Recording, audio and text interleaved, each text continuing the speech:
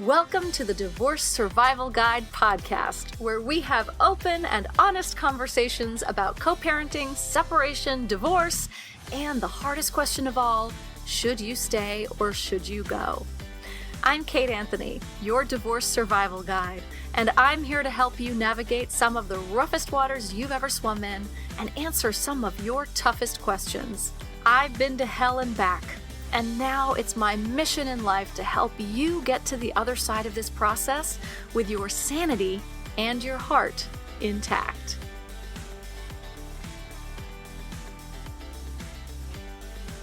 Hey everyone, welcome back. I'm super excited today because I get to talk with my dear friend, Erin Levine.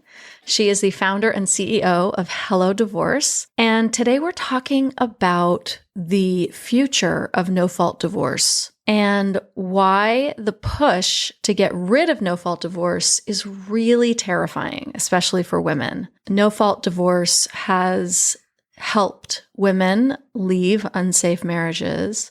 When no-fault divorce was first enacted, rates of suicide and domestic violence for women decreased dramatically. The GOP very much wants to repeal and restrict no-fault divorce. If they had their way, they would eliminate it altogether, which, as we talk about in this episode, may not be as simple as they would like to believe, but it's a really scary prospect, and it sets us back so far. So, Erin Levine is not your typical attorney. She's got over a decade of experience in litigating complex family matters. And then she saw the need for a kinder, easier, and more affordable pathway out of marriage and into the next chapter of life. She created and founded Hello Divorce, which is a venture capital-backed, tech-enabled platform that combines self-service online tools with integrated expert advice, making it easier for everyone to navigate their lives and finances with less stress and mess. Hello Divorce is available in a number of states. It is being continually sort of rolled out in more and more states. It is one of my top recommendations for navigating divorce without a lot of mess and fuss and conflict. They have amazing mediators and coaches and all sorts of professionals that are available right on the platform. So highly recommend. If you look it up, you can see if it's available in your state. Like I said, it's available in many states, and she's just continuing to roll them out in every state because divorce laws in every state are so different. It's important for her platform to fully support the process in each state individually. Anyway, I digress. The conversation today is about your divorce, your choice. And this whole series has been about the importance of your vote in this election, because women's rights in particular are really on the chopping block. So I just want to encourage you all to get out and vote. Please make your voices heard. I want to remind you that your voice is, and your vote is completely private. No one can see who you voted for. When you go to the ballot box, that is your time. Nobody can go in with you.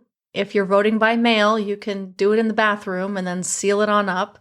This is yours. This is your voice. This is your vote, and nobody can tell you how to do it. So, your vote, your choice. Your divorce, your choice. Your body, your choice. Today we're talking about your divorce, your choice, with my guest, Erin Levine. Erin, thank you so much for being here. I'm so excited to have this conversation on the podcast. You and I have emailed and sort of discussed this a little bit, but we have not hit record. So I'm pretty stoked about it. Yeah, me too. It's definitely been something that you and I, along with so many people in our community, have been talking about, emailing about, all of that stuff. So I'm glad we get a chance to really break it down today. So, okay. So the first question I have for you, by the way, we first started this conversation when I sent you a panicked email, panicking about this. So let's talk about, first of all, let's start with what is no fault divorce? How does it differ from fault-based divorce? And like, why does this matter to us as women in particular? Oh gosh. Okay. You might have to remind me of the latter half of the question, but Yeah. let's talk about first, like, what is it? So no fault divorce actually began in California in 1970 when Ronald Reagan signed it into law. And so California was the first no fault divorce state. And what it did was say that we could divorce for virtually any reason. Irreconcilable differences was enough. You no longer had to prove misconduct. But to understand no fault is to understand that every single state has a different rule and laws around divorce. So it took a little while, but by the 1980s, most states had adopted no fault divorce. And now all states have at least no fault options, though some still retain fault based alternatives, meaning sometimes you can choose to go the fault based route, which I'm hoping that after we chat about it today, nobody will actually choose that route because it's very, very rarely gets the result that would want. Why it became so important is because prior to no fault divorce, the domestic violence rates and the female suicide rates were higher than they had ever been. In fact, we saw a massive reduction once no fault divorce law came into place. It's not perfect by any means, but what it did was it made it a lot easier for victims, survivors, to leave unsafe marriages without proving fault. So it's hard enough to leave. Oftentimes, you know the stat better than I do, but it's something like, 7 times that you try to leave on average before you actually are successful, if you're successful. Yes. Because intimate partner abuse is so high. But having that additional barrier of having to prove that your partner was fault, which, as we all know, abuse happens behind closed doors. It is not easy to prove. Made it really, really challenging and made it so that people had to stay in these really awful, awful marriages. Yes. And, it's so hard for us to be believed to begin with. Right. Yeah. And then you try to actually bring it to a court of law saying well, I deserve to get a divorce from this person because he hit me. Oh, well, did you report it? Did you take evidence, photographic evidence? Did you how much do you have to prove? I'm unsafe. It's already hard enough for us to be believed as victims. It's already hard enough. And then you have these fault-based divorce laws because the state wants to discourage divorce. Right. So you're already at an uphill battle when you walk into that public courtroom. And there's other reasons why you wouldn't necessarily want to try to prove abuse or adultery, right? You don't necessarily want your kids exposed to bitter blame games. And you want to reduce that emotional strain. You understand that you're going to be parenting with this person forever. You maybe want to save on legal fees. Imagine if you were spending thousands and thousands and thousands of dollars just trying to prove that there is abuse so that you could ultimately start the divorce proceedings. It's insanity. And, just to be clear, too, for anyone who was like, wait, Ronald Reagan, he did this? He did it because his first wife divorced him and said all sorts of negative shit about him that was then in the public record. And that's why he wanted no fault divorce, because he didn't want stuff like that in the public record, right? He didn't think people should have to go through that. And he also said it was one of his biggest regrets as governor was instating this law. So, Oh my goodness, I had no idea. Well, uh-huh. I mean, Yeah, I of wonder course. if he were alive today, if he would feel the same way. And the reason is because the divorce rates shot up after no fault divorce was initiated, but then they leveled off. So no fault Yeah. doesn't necessarily make people want to go out and get divorced. It's just initially when they created this law, people who had been stuck in these really awful marriages for many, many, many years went out and filed. Another, big reason why fault-based is a problem is because a lot of times these relationships have one bread earner, Mm-hmm. and at least during the marriage, and that person is providing for the family, especially the children. And if you have a fault-based proceeding that's public record, that could easily end up in that spouse being fired from their job. So maybe you got out of your marriage, but you ended up in a situation where there's no ongoing income. Yeah. Oh, that would suck. I never thought about that. That would Yeah, suck, right? yeah, Because it is, and this is the other reason, like you want to keep it out of the public record for your kids. Like there's stuff that we shouldn't have to. It shouldn't have to be this way. It shouldn't have to be. We say terrible, horrible things about somebody because we have to get divorced, and also it sort of made people create allegations, right? And also say things that weren't necessarily truthful because that was the only way to do it. yeah. Talk about pitting spouse against spouse.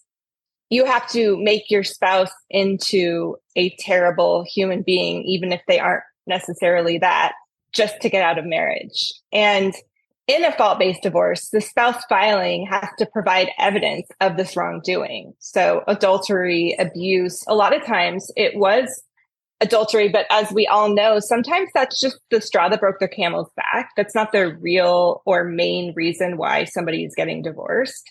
And so to have to focus everything on that Yeah. affair, it's re-triggering, it's traumatizing, and it's not what a lot of these people, especially women, wanted. They wanted out. They didn't necessarily want to, throw their partner under the bus. But if they were able to prove, then on the flip side, it would oftentimes, but not always, influence factors like spousal support, how long, how much, property division, child Mm-hmm. custody. Mm-hmm. And, a spouse who's found at fault, they may have received a smaller share of marital assets, although it didn't generally turn out that way because there are defenses like forgiveness and both spouses being at fault. Well, yeah, I did something really bad, but I'm going to tell the court all the ways that you were a terrible spouse. Right. Nightmare. Nightmare upon nightmare upon nightmare. So in these states that still have these fault clauses, when and why would someone utilize those? Well, a lot of times they won't, right? Because fault is such an uphill battle, even if they are a victim. Mm-hmm. And especially when perpetrators have a lot more financial power, which is Mm-hmm. often, if not nearly always, the case. Mm-hmm.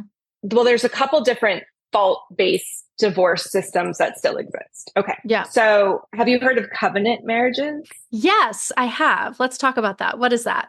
Tell our listeners. So for those of you who don't know, I was a lawyer, have been a lawyer for 20 years before founding Hello Divorce. I practiced in the state of California, although we served, a wide range of states. So I've never handled covenant marriages, but I've learned a little bit about them through my years. And an option in a few states still today where couples can agree to more stringent requirements if they were to divorce.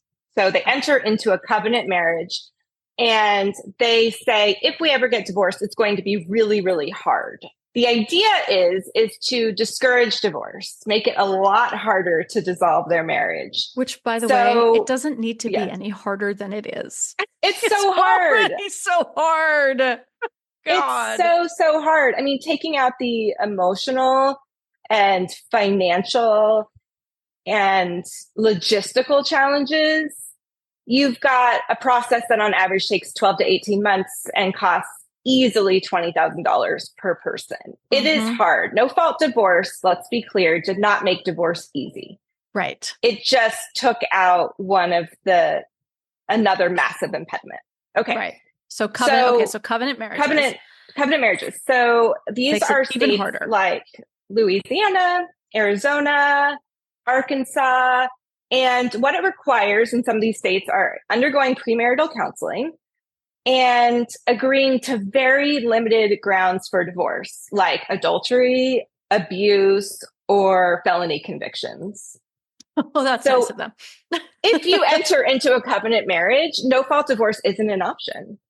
And while they're rarely used, we definitely have seen people come to our site that have entered into them, and there's no turning back. There's no turning back from a covenant marriage. Yes, meaning you can't therefore now have a no-fault divorce. Like if you are in a covenant marriage, like it is going to be very, very challenging for you to exit. Wow. Okay. We're going to take a quick break. On the other side, we're going to continue to talk about the difficulty of, and why and when you would file for a fault divorce, which we're hoping nobody will do. But we'll be right back. Okay. So before the break, we were talking about covenant marriages. So in a covenant marriage, you have to file for fault divorce. Like that's the deal. When else and why else would someone theoretically or either file or be drawn to file for fault? Yeah. Well, I think when you've been wronged, especially through something as hurtful as cheating or abuse, it's natural to want justice, especially when you come into your own power. It would make sense. Like, oh, okay, they are getting punished for doing something really terrible to me and or my children. So I certainly understand that sentiment. But here's the thing. Fault-based divorce doesn't always give you the outcome you're hoping for. Like we discussed, proving fault requires evidence.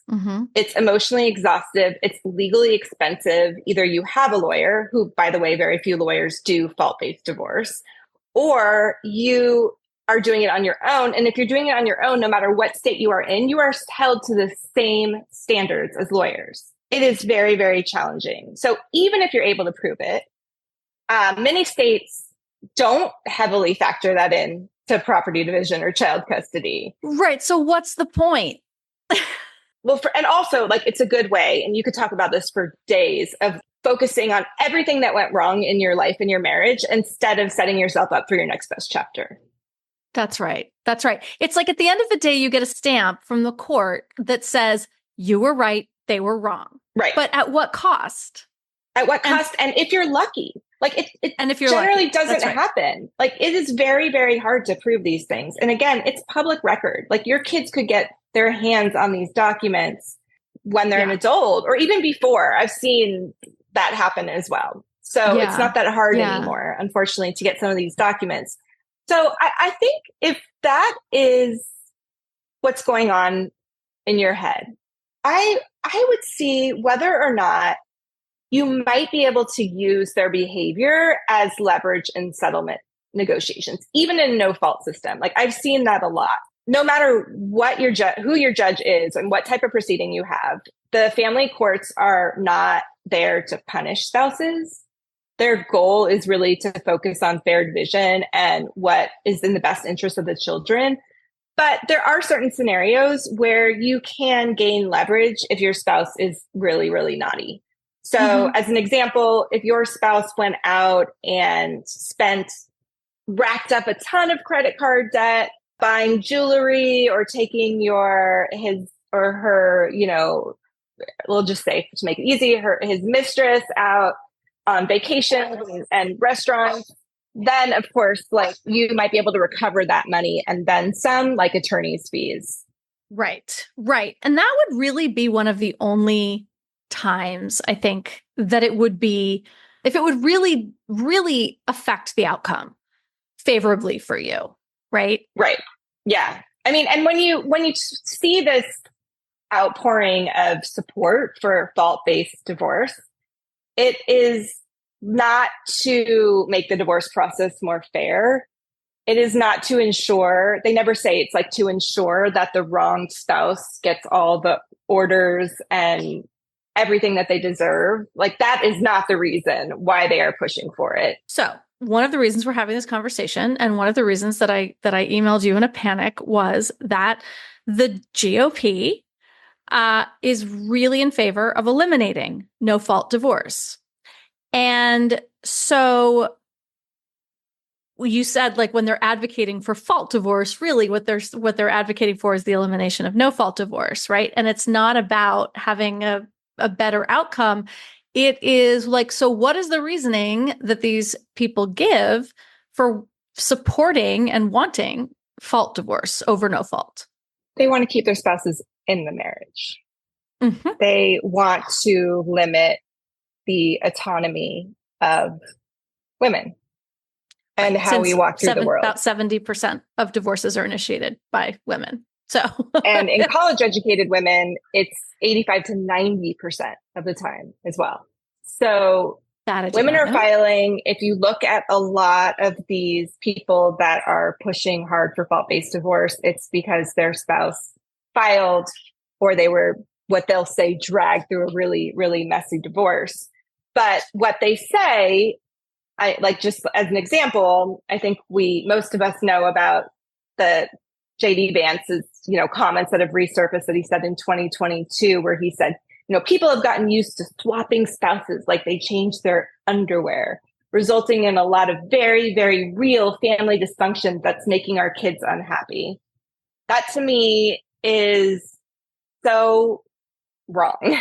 It's just so blatant. Yeah. It's so blatant. It's like, how can you expect that keeping kids in a home where one or both spouses are miserable, taking out the possibility of abuse, let's just say a home where, not every marriage is meant for till death do you part, and expecting them to stay in their marriage and model that kind of relationship with themselves and their partners for their children is going to be healthier than two happy homes. Right. Well, and it's also, nobody's swapping their marriages like they're fucking underwear. Like, that is not what's happening. Right.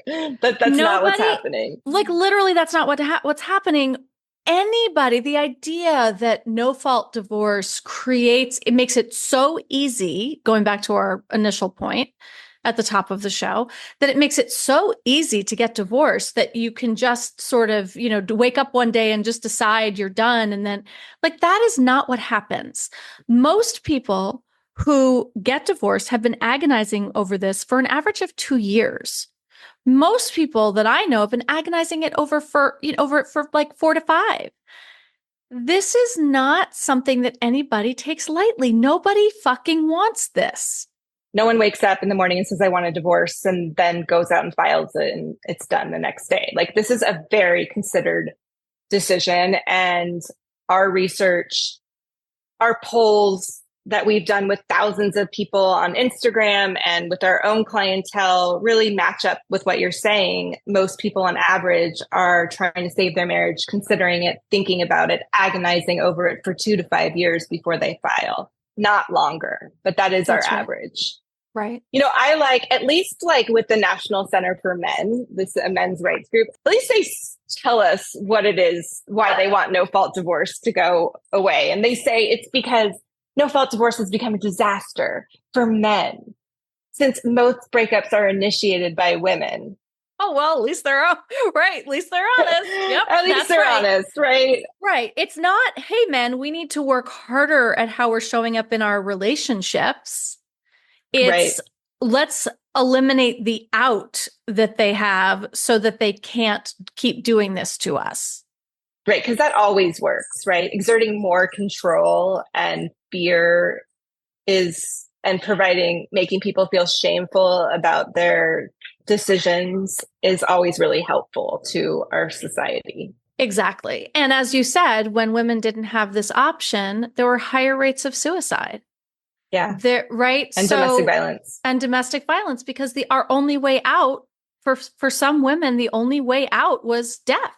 We would rather die than stay married to you. Yeah. Like, literally, the domestic violence rates dropped after no fault divorce was instituted, but also female suicide, like dramatically enough that there are so many studies on it.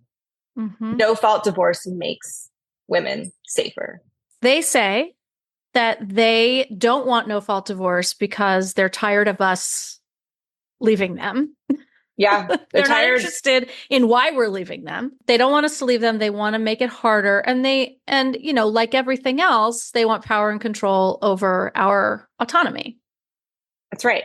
Yeah. And that's what we're seeing. So in Florida and Texas, we're seeing them flirt with efforts to change marital laws. They're promoting covenant marriages a lot more, not really gaining a lot of widespread traction. I like to call it panic porn. We are seeing these everywhere in articles and magazines, and it's definitely something that's up for people. But I think that it's, really, and you might disagree, highly unlikely that we're going to see, these no fault divorce laws clawed back.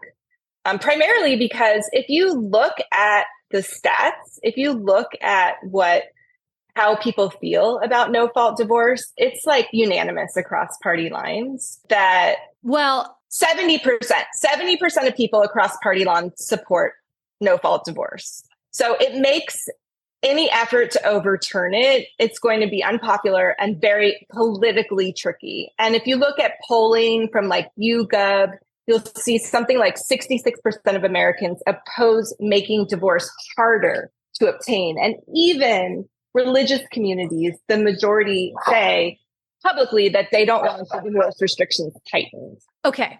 So I was going to say that most people, not across party lines necessarily, and not necessarily across in the political spectrum, right? But they feel the same way about abortion, right? Like most people actually want access to abortion, but that didn't stop them from getting rid of it. We're going to take another quick break. And on the other side of the break, I want to come and talk to you about, when I panic emailed you and was like, help, they're going to do this thing. And you talked me off the ledge because we talked about how you sort of educated me on how politically difficult it was actually going to be to do. Yeah. So I want to break that down after the break.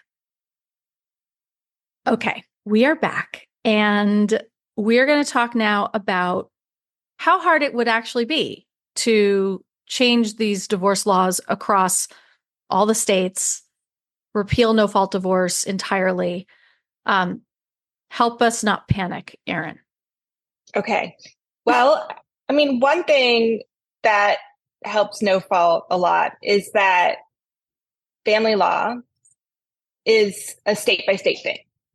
So any changes that would need to happen would have to be on a state by state basis. I can't imagine a nationwide rollback happening. It would have to be on a state level. Our political and personal autonomy are protected, and just due to how family law is structured, it would have to be a state by state thing.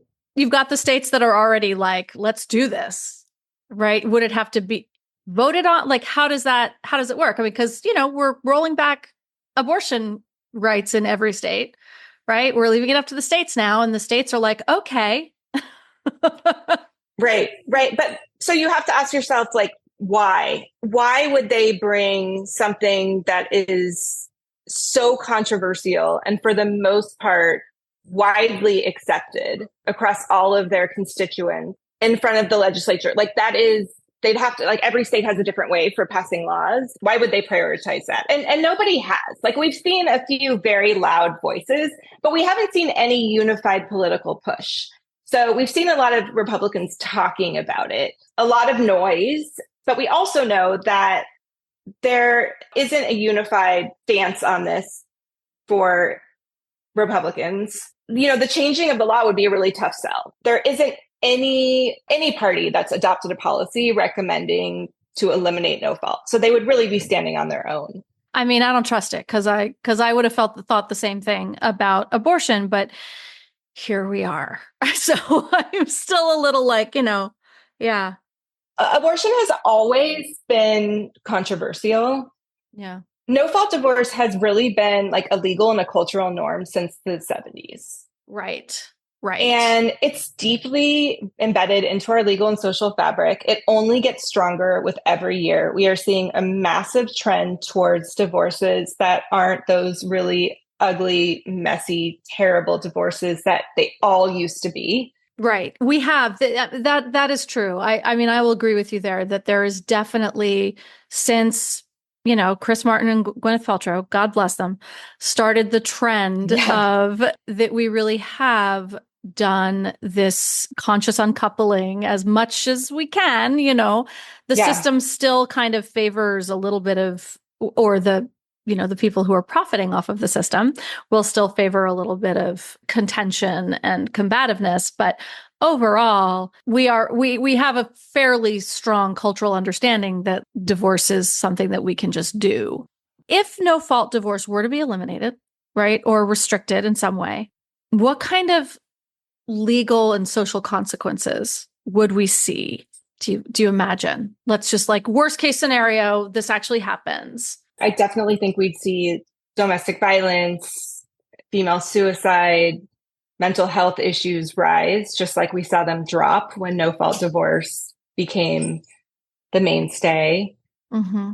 We would see legal fees rise dramatically. We would see a huge rollback of all the work that you and I and our community have done over the last several years to change how we think about and do divorce. We, especially as women, some of the biggest emotions that we feel before, during, and after divorce is shame and overwhelm and guilt. And these are things that we have now worked so hard to help people have the tools and the self-knowingness to be able to move past it so that they truly can empower a better life ahead. And a big concern I have is, how people will feel going through the divorce process. How you feel is almost more important than what orders you get, because it can Yes. dictate what that next chapter looks like. And we have to Yeah. be worried about damage control. We have to be focused on financial and emotional resiliency. All of that is so incredibly important. A rollback of these divorce laws would affect everyone's autonomy, really, Mm-hmm. and how we walk through the world. Yeah. Sounds great. Sounds fun. Sounds sounds sounds really good. amazing. Let's make Sounds people more unsafe. Let's take away their rights. yeah. I would go so far as to argue that there's a constitutional right to divorce in the same way that there's personal autonomy, the right to marry whoever you want to marry. There's all these laws that clearly protect marriage, any race, any gender, any of that kind of stuff. So to then, in the same way that you have the right to contract into a relationship, I would argue that you do, in fact, have that same right. You have to have that same right to exit a relationship as well. Recently on the podcast, I had Mona Sinha on to talk about the Equal Rights Amendment and how that is not actually enshrined in our Constitution. But if it were, and this is part of why it's not, if it were to be enshrined into our Constitution, because it has been ratified by 38 states, and so it should have been automatically certified, it's another thing that the ERA would actually protect against. Yeah. Our ability to choose. But since we don't have that constitutional right, but I like the idea that legally, if you have a right to opt in, you also have a right to opt out. Yeah. I think Yeah. that's an interesting legal argument. I'm inferring it. If there isn't actually the right to get Right. divorced, but I would argue that there is. And that if we lose that, because they make it more challenging or they bring back fault-based divorce, then we should all be watching Handmaid's Tale, because that's exactly where we're headed. That's exactly right. So how can people at this point, how do we advise women in particular to sort of move forward? How do we make sure that this doesn't happen? How do we ensure it doesn't happen to us? We have to vote. We have to get out there and we have to make our voice count. And we need to tell stories when and if we're ready about what would have happened if you didn't have no fault divorce available to you? So Mm. I know someone who had a substantiated child abuse case against their ex, including criminal charges. She had restraining order violations. But the judge and other professionals were still pushing for him to have 50-50 child custody. Sure, of course. With Of no fault course. divorce, it would only get worse. In fact, she could lose custody altogether for making a big stink about him being problematic. She could now, but but it would be even more so. Yeah, for Without sure. no fault divorce, it could get so much worse. And this is what we're dealing with. We are dealing with the fact that the system was built at a time when divorce was illegal and then became legal but immoral. And the laws haven't changed that much since. So we do have no fault divorce, but there's a lot of problems with divorce and family laws in general. So losing that one piece that is our beacon of light that allows us to exit relationships without spending, for the most part, years and years and years in litigation would be the single worst thing we can do when it comes to family law. So we've got to tell our stories. We have to vote. We have to be really vigilant. Do you know how other developed nations with better divorce laws, how they actually do it? I mean, it's pretty straightforward, right? In most developed nations. I wouldn't say most developed nations. It's really problematic. I've talked to people in Australia. I've talked to people in Japan. There are some we do hear that there are some countries that are definitely a lot more straightforward. You know what to expect. I mean, part of the problem, right, is that with our laws, we have a lot of discretion around, the judges have a lot of discretion on, how they can interpret facts and what they might order. There's less room for that in certain countries. It's very clear, but for the most part, it is problematic across the board. Interesting. It's just the more that I think about this and the more that we talk about this, it's just, to me, our divorce laws, our marriage laws, right, were written at a time when women were property.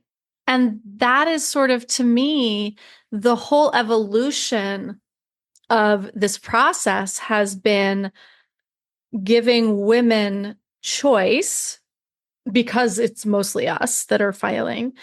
And that is the biggest threat to, especially, Republican men. Sorry, just gonna say it, right? Their biggest threat, because they don't seem to have a lot of room to look at, well, what is the problem? Why are women so unhappy in their marriages?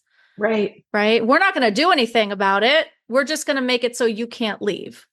Right. And so, because we're going to, right, Handmaid's Tale, you're our property. There's still this sense that we are property. And that, you enter into a contract that you don't really understand the terms and what marriage will look like, and you are bound by it for the rest of your life, no matter what happens. How is that American? How is that even, that's not modern times at all. It's right. That's not freedom. Definitely not freedom. Erin, is there anything else that you want women to know about this issue and fault-based versus no-fault divorce? If we haven't convinced you that no-fault divorce is a better option over covenant marriage or fault-based divorce, then we want to hear from you. We want to understand what it is that you're thinking, where you're getting your information, and what is it that we haven't considered. Yeah, I love that. Yeah. So where can people get in touch with you, and where can people find you and all that you do? So you can find my company and myself at Hello Divorce. We're very active on Instagram, and you can also email Erin, ERIN, at hellodivorce.com. Amazing. It's true. We do. We want to hear from you. If you really think that this is good, that eliminating no fault divorce is something that should be considered, I am curious what your reasoning would be.